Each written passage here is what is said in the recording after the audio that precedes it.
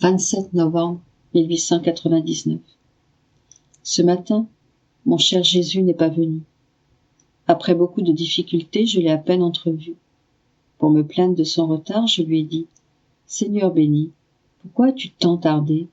Peut-être as-tu oublié que je ne peux être sans toi? Aurais-je perdu ta grâce pour que tu ne viennes plus ?» Interrompant mon discours plaintif, il me dit « Ma fille, sais-tu ce que fait ma grâce? Ma grâce rend heureux les âmes qui ont la vision béatifique, de même que les voyageurs sur la terre, avec cette différence.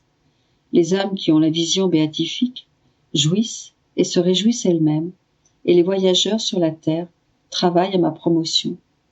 Celui qui possède la grâce porte en lui le paradis, car posséder la grâce n'est rien d'autre que de me posséder. Et puisque moi seul suis l'objet enchanteur, qui enchante tout le paradis, et qui forme tout le bonheur des bienheureux, en possédant la grâce, l'âme possède son paradis, où qu'elle soit. « 27 novembre 1913.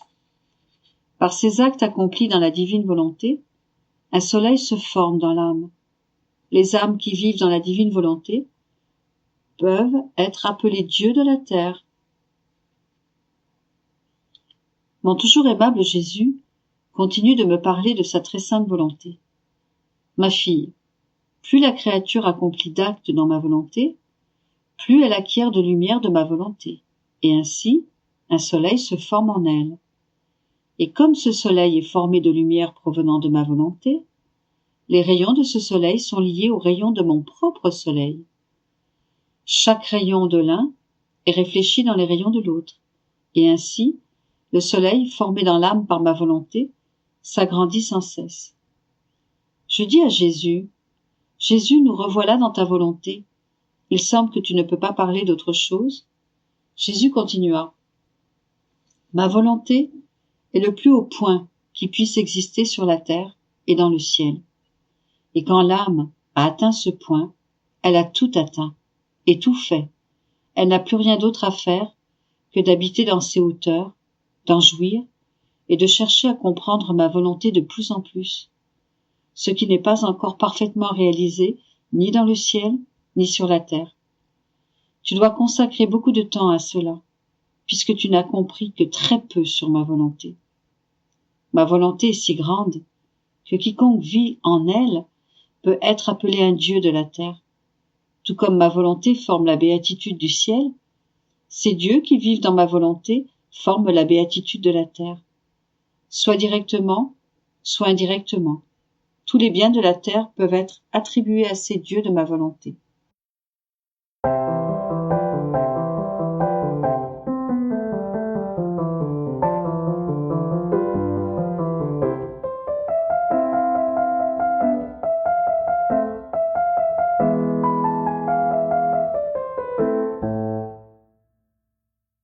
27 novembre 1917.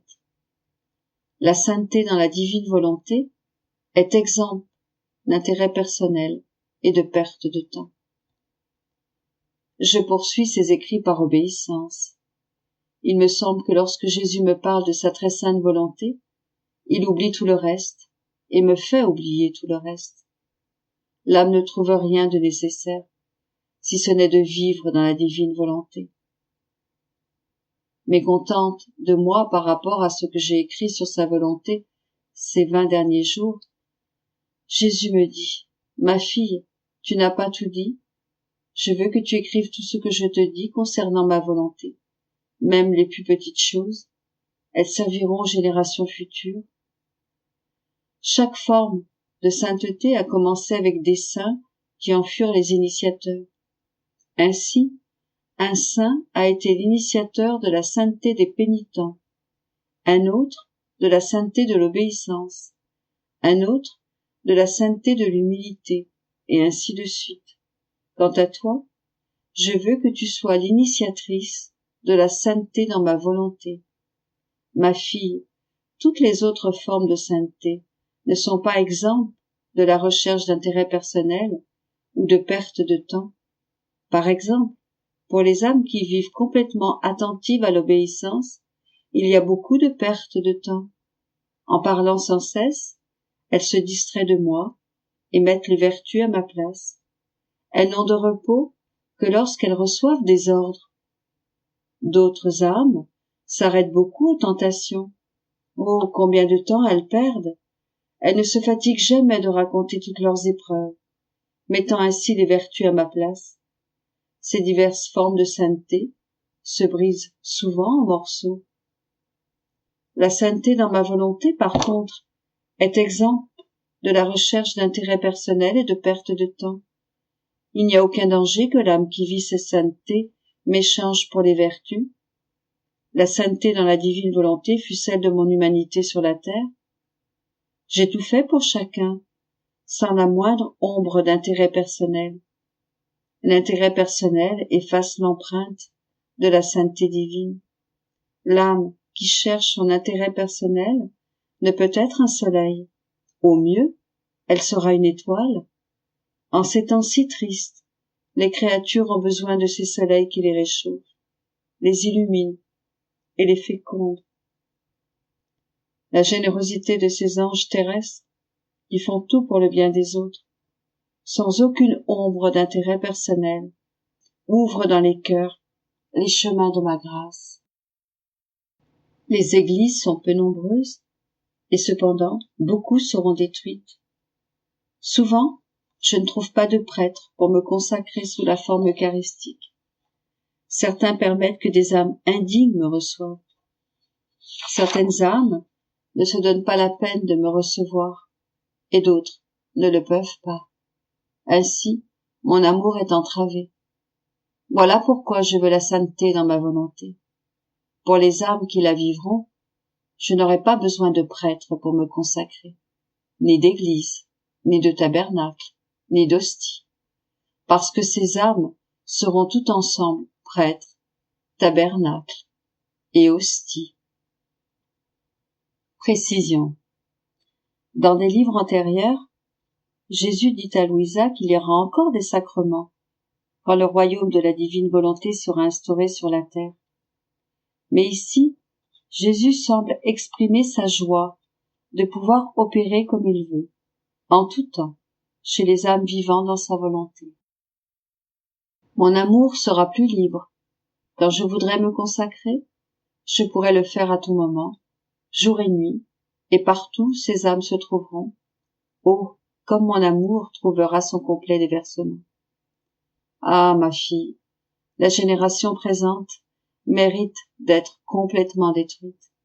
Si je permets à quelques personnes de rester, ce sera pour former ces soleils de sainteté dans ma volonté, qui feront pour moi tout ce que les autres créatures, passées, présentes et futures, me doivent.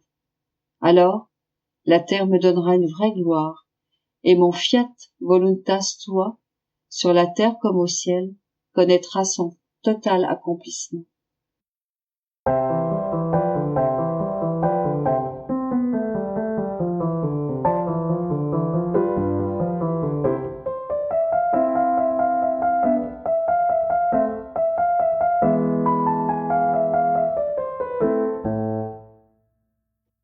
« 27 novembre 1924. L'immutabilité de Dieu et la mutabilité des créatures. La cause de la mutabilité des créatures est la volonté humaine. Je pensais à l'immutabilité de Dieu et à la mutabilité des créatures. Quelle différence!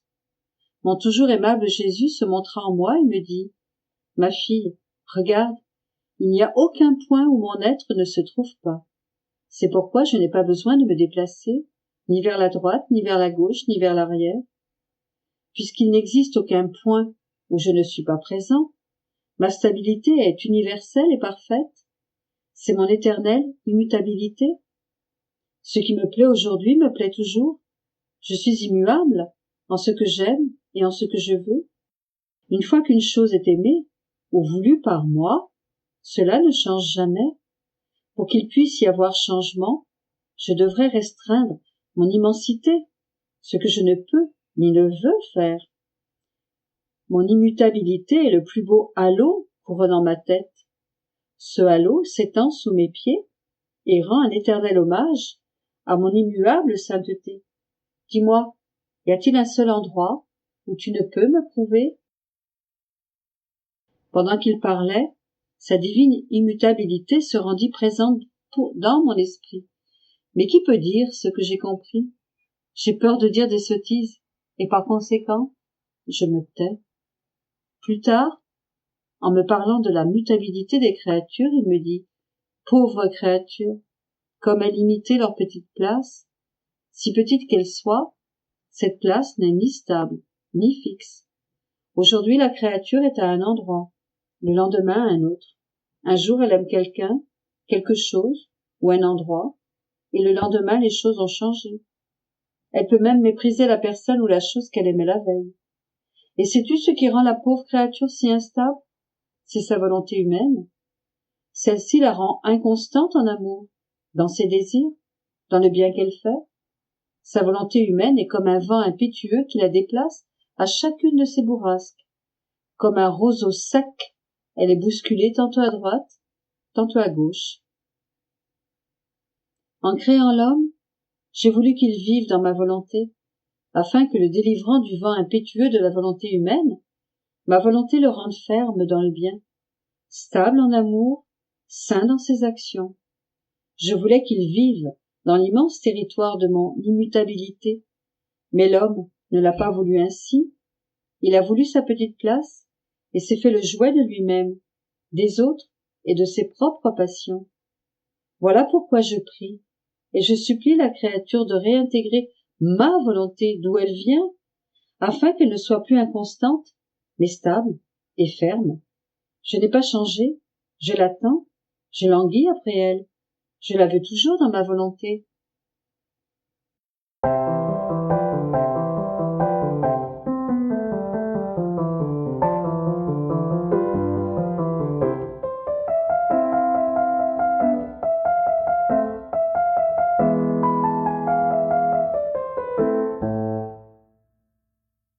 « 27 novembre 1926.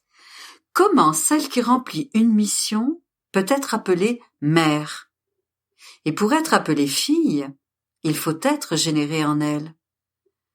Comment les autres saintetés sont lumière, alors que la sainteté de la divine volonté est soleil?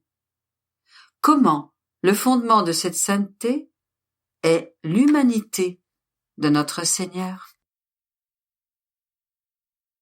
J'étais tout abandonnée dans les bras de l'adorable volonté, et je priais mon doux Jésus d'utiliser un acte de sa puissance pour que le vouloir suprême puisse investir les générations humaines et s'y attacher, pour y former ses premiers enfants qu'il désire tant.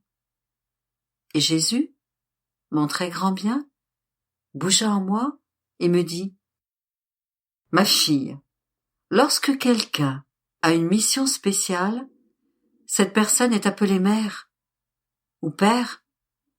La personne qui vient de cette mission, lorsqu'elle est remplie, peut être appelée fille de cette mère.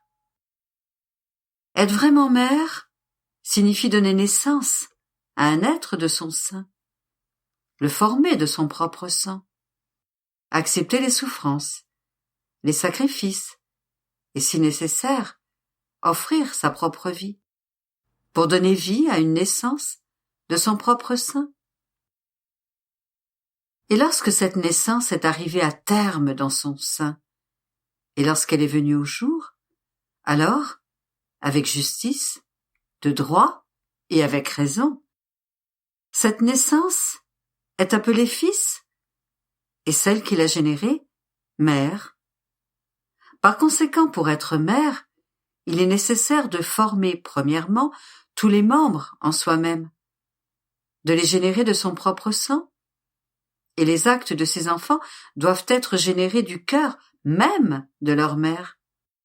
Or, ma fille, pour être fille de ma volonté, tu as été générée en elle. C'est en elle que tu as été formée. Et en te formant, La lumière, l'amour de ma volonté plus que le sang, a greffé en toi ses voix, son attitude, son opération, te faisant embrasser tous les hommes et toutes choses. Cela est si vrai qu'étant née de ma volonté, elle t'appelle, tantôt la nouvelle née de ma volonté, tantôt sa petite fille. Seule, celle qui a été générée par ma volonté peut générer des enfants de ma volonté. Par conséquent, tu seras la mère de la génération de ces enfants. Je lui dis, mon Jésus, que dis-tu là? Je ne suis pas une bonne fille. Comment puis-je être mère? Et Jésus, cependant, c'est de toi que doit venir la génération de ces enfants. Quelle mère a autant souffert? Qui a été cloué au lit durant 40 années et davantage pour l'amour de donner naissance à la génération de ses enfants? Personne. Quelle mère, si bonne soit-elle, a sacrifié son existence tout entière au point d'enclore en elle les pensées, les palpitations, les œuvres, afin que tout puisse être réordonné dans la naissance qu'elle portait et donner vie, non pas une seule fois, mais à chaque acte de son enfant. Personne. Toi-même, ne sens-tu pas en toi les générations de ces enfants, en suivant leurs pensées, leurs paroles, leurs œuvres et leurs pas, pour les réordonner tous dans ma volonté? Ne sens-tu pas toi-même vouloir donner vie à tous, pourvu qu'ils connaissent ma volonté et soient régénérés en elle? Tout ce que tu fais et que tu souffres n'est rien d'autre que la formation et la maturation de cette naissance toute céleste. C'est pourquoi je t'ai souvent dit que ta mission est grande, sans égale, et demande la plus grande attention. Après quoi, je me sentais oppressée, parce que j'avais appris que le révérend père Di Francia faisait publier les mémoires de mon enfance, et tout ce qui la suit. Et dans ma peine, je disais à mon bien-aimé Jésus, mon amour, regarde un peu ce que tu me fais. En faisant connaître ce que tu m'as dit au sujet des vertus et de ton adorable volonté, ils ajoutent maintenant ce qui me concerne. Ils pourraient au moins faire cela après ma mort, et pas maintenant. Je suis seule à connaître cette confusion et cette grande peine. Mais pour les autres, rien. Ah, Jésus, donne-moi la force de faire ta sainte volonté, également en cela. Et Jésus, me prenant dans ses bras pour me donner de la force, toute bonté, me dit, ma fille, ne t'afflige pas tant. Tu dois savoir que les autres saintetés sont nos petites lumières formées dans l'âme, et ces lumières sont susceptibles de croître ou de décroître, et même de s'éteindre. Par conséquent, il n'est pas juste de le mettre par écrit, lorsque la créature vit encore dans le temps, avant que la lumière ne soit plus sujette à s'éteindre, après son passage dans l'autre vie. Quelle impression ferait-on si l'on apprenait que cette lumière a cessé d'exister? Par contre, la sainteté de la vie dans ma volonté n'est pas une lumière, mais un soleil. Il n'est par conséquent pas sujet à s'appauvrir en lumière, ni à s'éteindre. Qui pourra jamais toucher le soleil? Qui peut lui enlever une seule goutte de lumière? Personne.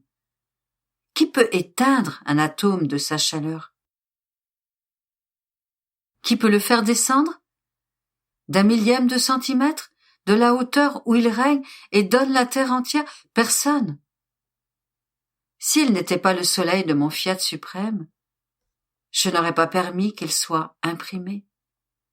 Mais au contraire, je me hâte, parce que le bien que peut faire un soleil ne peut pas être fait par une lumière. En fait, le bien d'une lumière est trop limité, et ce n'est ni un grand bien s'il est exposé, ni un grand mal si on ne lui permet pas de s'élever. Par contre, le soleil embrasse toute chose. Il fait du bien à tous, et ne pas lui permettre de s'élever aussitôt que possible est un grand mal, et c'est un très grand bien de le laisser s'élever, même un jour plus tôt. Qui peut dire le grand bien qu'un jour ensoleillé peut produire? Bien plus encore, si c'est le soleil de mon éternelle volonté. Aussi, plus le retard est grand, plus il y a de jours ensoleillés enlevés aux créatures, et plus le soleil doit restreindre ses rayons à l'intérieur de notre patrie céleste.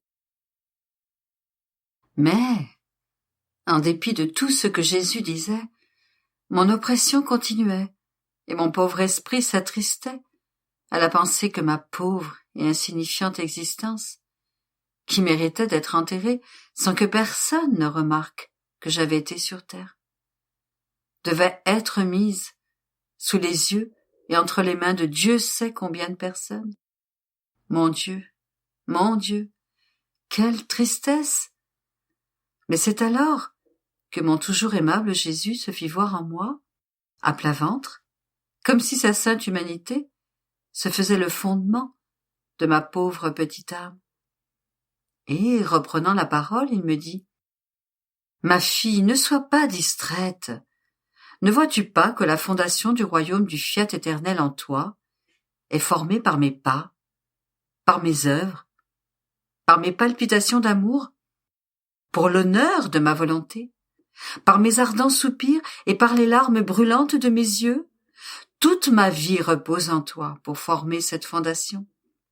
Par conséquent, il ne convient pas que ton petit travail sur cette fondation si solide et si sainte soit accompli avec distraction, ou que tes rondes dans le vouloir suprême soient faites dans l'ombre. Non, non, ma fille, je ne veux pas cela pour toi. Ne crains pas, tu resteras enfermée dans le soleil de ma volonté. Qui donc plus que lui pourra t'éclipser de telle sorte que personne ne te remarque? Le soleil du fiat suprême y veillera, de sorte que la petite lampe de ton âme, entourée par ses rayons, le soleil, puisse apparaître en elle tout en gardant la lampe cachée en lui. Par conséquent, sois en paix si tu veux rendre heureux ton Jésus. Abandonne-moi tout et je prendrai soin de tout. «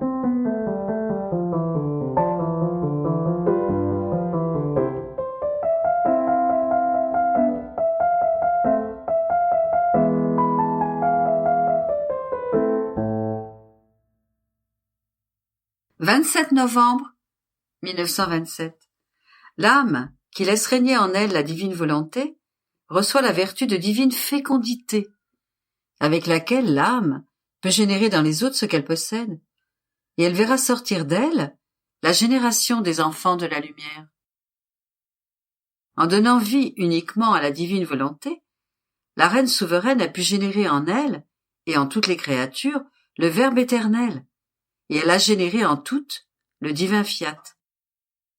La divine volonté rend la créature participante de la paternité céleste. Pour obtenir le royaume du divin fiat, il est nécessaire que Dieu se meuve et décide de donner la divine volonté aux créatures. Et la créature qui prie pour un si grand bien doit posséder en elle-même la vie du royaume qu'elle demande pour les créatures. Mon abandon dans la divine volonté est continuel, et bien qu'elle cache et éclipse souvent mon bien-aimé Jésus, ma vie, mon tout, elle ne se cache jamais elle-même. Sa lumière est permanente en moi, et il me semble que même si elle voulait se cacher, elle ne le pourrait pas, car sa lumière étant partout, il n'y a pas d'endroit où elle pourrait s'échapper, se restreindre, puisqu'elle est par nature immense et revêt toute chose, avec un tel empire que je la sens dans chaque fibre de mon cœur, dans mon souffle et dans toute chose. Et je me dis que la divine volonté m'aime plus que Jésus lui-même, car il me quitte souvent, alors que son adorable volonté est toujours avec moi. Elle est de par sa nature incapable de me quitter. Elle règne sur moi, par sa lumière, et attend triomphalement la suprématie dans mes actes.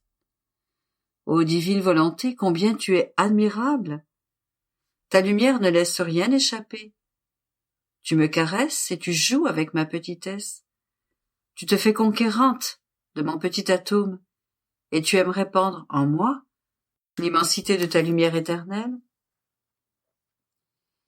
Mais alors que je me sentais immergée dans cette lumière, mon Jésus bien-aimé se manifesta en moi et me dit: Ma fille, celle qui se laisse dominer par ma divine volonté reçoit de ce fait la vertu de fécondité divine. Et avec cette fécondité, cette âme peut générer dans les autres ce qu'elle possède. Avec cette divine fécondité, elle forme la plus belle et la plus longue génération, qui lui apportera la gloire et le cortège de tant de naissances générées dans ses propres actes. Cette âme verra sortir d'elle la génération des enfants de la lumière, du bonheur et de la sainteté divine. Oh, comme elle est belle, sainte et pure, la fécondité du germe de ma divine volonté. Elle est lumière et génère de la lumière. Elle est sainte et génère de la sainteté. Elle est forte et génère de la force. Elle possède tous les biens et génère la paix, la joie et le bonheur.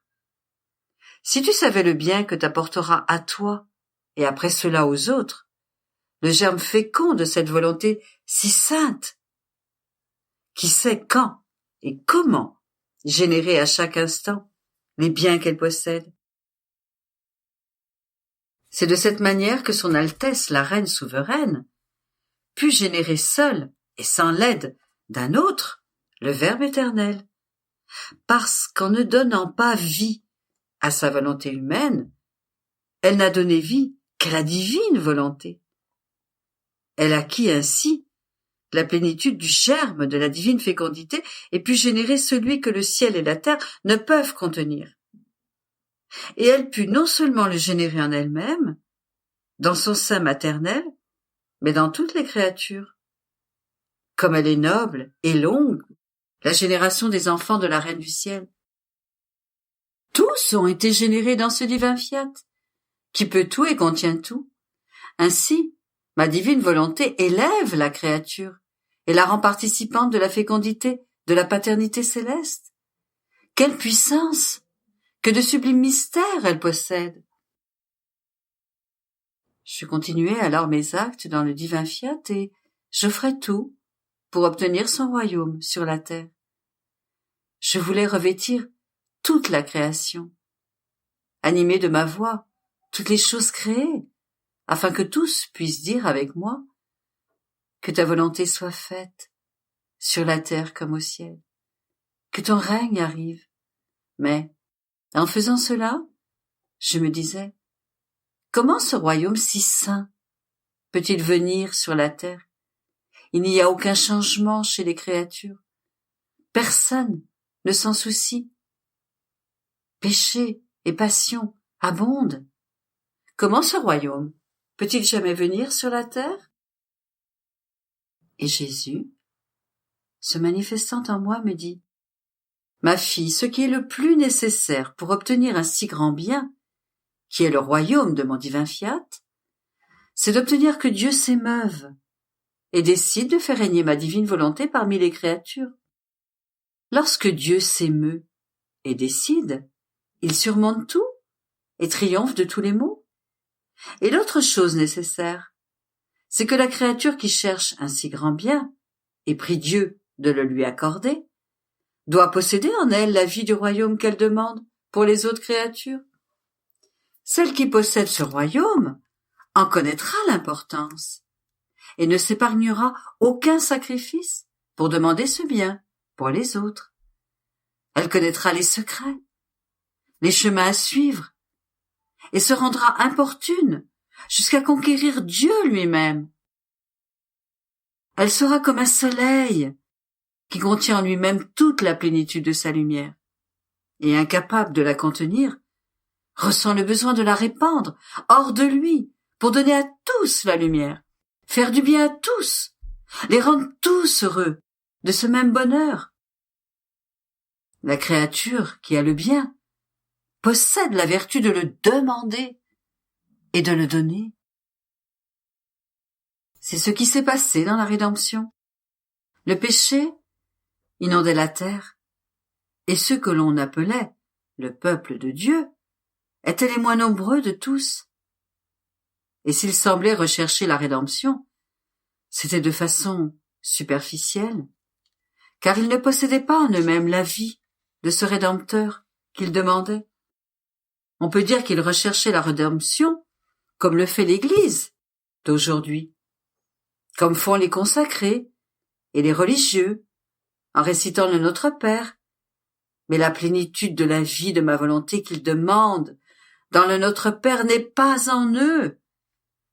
Par conséquent, leur demande se termine par des paroles, mais non par des faits. Ainsi, lorsque la Reine du Ciel est venue en possédant la plénitude de la vie divine, tout ce qu'elle a demandé à Dieu pour le bien du peuple a fait qu'il s'est ému, a été gagné, et l'a fait se décider. Et malgré tous les maux qui existaient, le Verbe éternel est venu sur la terre par celle qui déjà le possédait et qui formait sa vie. Avec la plénitude de la vie divine, elle a pu émouvoir Dieu, et le bien de la rédemption est venu. Ce que tous les autres ensemble n'ont pas pu obtenir, la Reine souveraine l'a obtenu. Elle qui avait d'abord conquis en elle son Créateur, qui possédait la plénitude de tous les biens qu'elle demandait pour les autres, et qui, conquérante, avait la vertu de pouvoir demander et donner le bien qu'elle possédait. Il y a une grande différence, ma fille, entre celle qui demande et possède, et celle qui demande et ne possède pas la vie divine.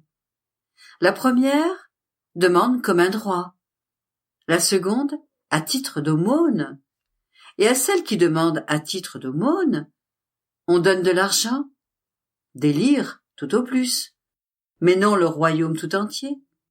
Celle qui demande comme un droit possède, elle est déjà propriétaire, elle est reine, et celle qui est reine peut donner le royaume. Et comme elle est reine, elle possède sur Dieu un empire divin, et peut demander le royaume pour les créatures. C'est ce qu'il adviendra pour le royaume de ma divine volonté. C'est pourquoi je te recommande vivement, sois attentive, laisse ma volonté former la plénitude de sa vie en toi. Tu pourras ainsi émouvoir Dieu, et lorsque Dieu s'émeut, personne ne peut lui résister. « 27 novembre 1932. La volonté humaine est comme une feuille de papier où est imprimée la divine image et Dieu place sur elle la valeur qu'il veut. Exemple, Dieu enclos dans l'acte de la créature. Je suis toujours la proie du divin fiat. Ma petitesse ne se lasse pas de tourner en elle, avec le ferme espoir d'être consumée dans sa lumière, et le désir de pénétrer toujours plus avant dans sa connaissance pour y goûter de nouvelles saveurs. Car chaque connaissance additionnelle est une nouvelle saveur que l'on reçoit et qui stimule l'appétit pour y goûter davantage. L'on ressent parfois une faim insatiable, jamais satisfaite, et l'on veut rester la bouche ouverte pour recevoir ce céleste aliment. Tant de choses fourmillaient dans mon esprit à propos de la divine volonté. que si je voulais tout écrire, je ne sais où l'on trouverait le papier. Je me limite par conséquent à ce que je peux écrire. Et comme quelques doutes se répandaient dans mon esprit, mon céleste maître Jésus visita sa petite nouveau-née et me dit « Bienheureuse fille, un acte prend plus de valeur lorsque le bien qu'il contient est connu. Par plus de connaissances, la créature acquiert davantage, parce qu'elle accomplit cet acte sur la base de la valeur qui est connue. Et notre bonté paternelle ne s'est trompée, ni se moquer de personne. Si nous faisons connaître la valeur d'un acte, c'est parce que nous voulons donner la valeur que nous manifestons. Et le signe certain que nous voulons la donner est la connaissance de la valeur de cet acte.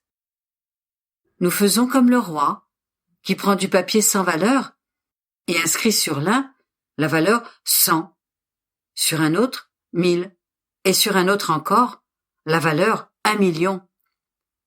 Le papier a la même qualité, la même forme, mais selon le nombre qu'il porte, c'est cela qu'il vaut. Par conséquent, qu'est-ce qui confère la valeur au papier?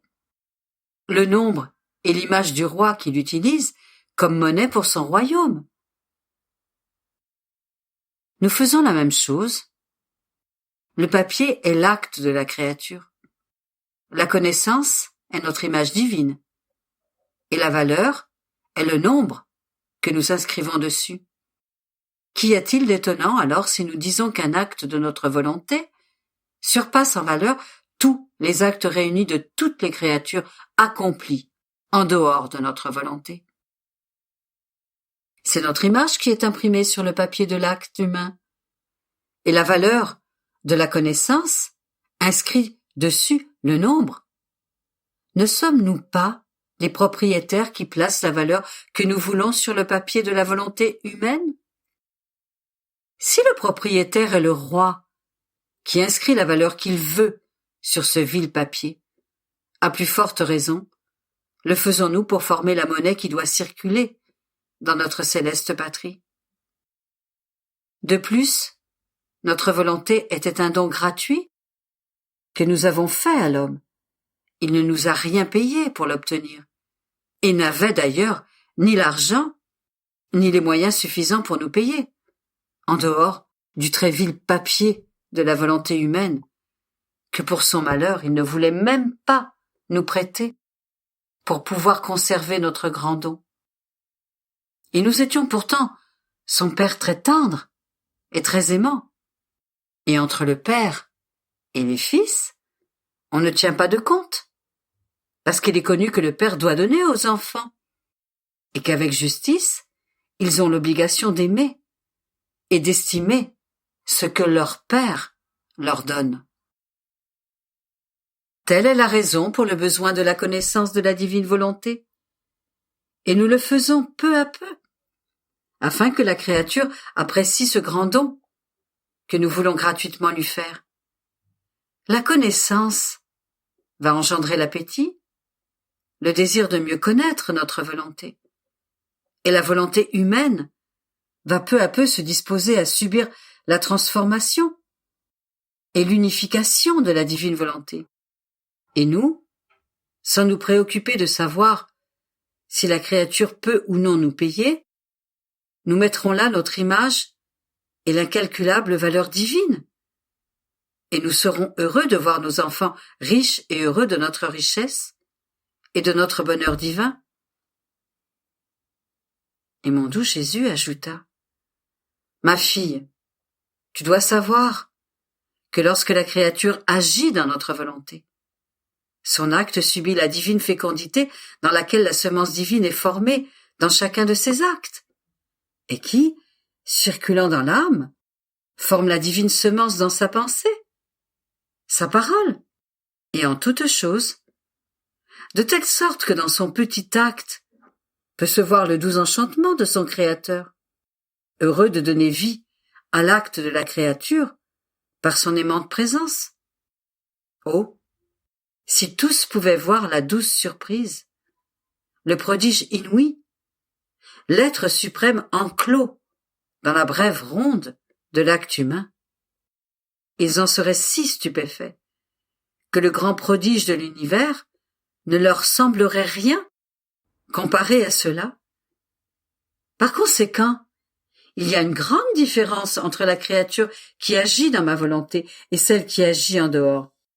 La première est la source dont les eaux peuvent se vanter de ne jamais tarir et qui peut donner de l'eau à qui elle veut. La deuxième est la source qui ne coule pas et s'assèche.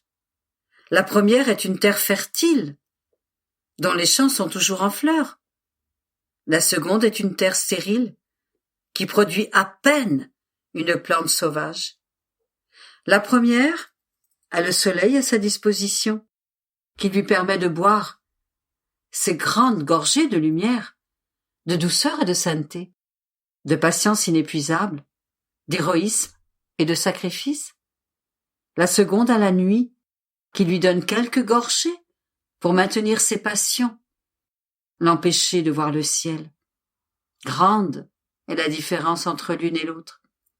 Par conséquent, sois attentive et permets à ma divine volonté de te consumer et de te transformer dans sa lumière.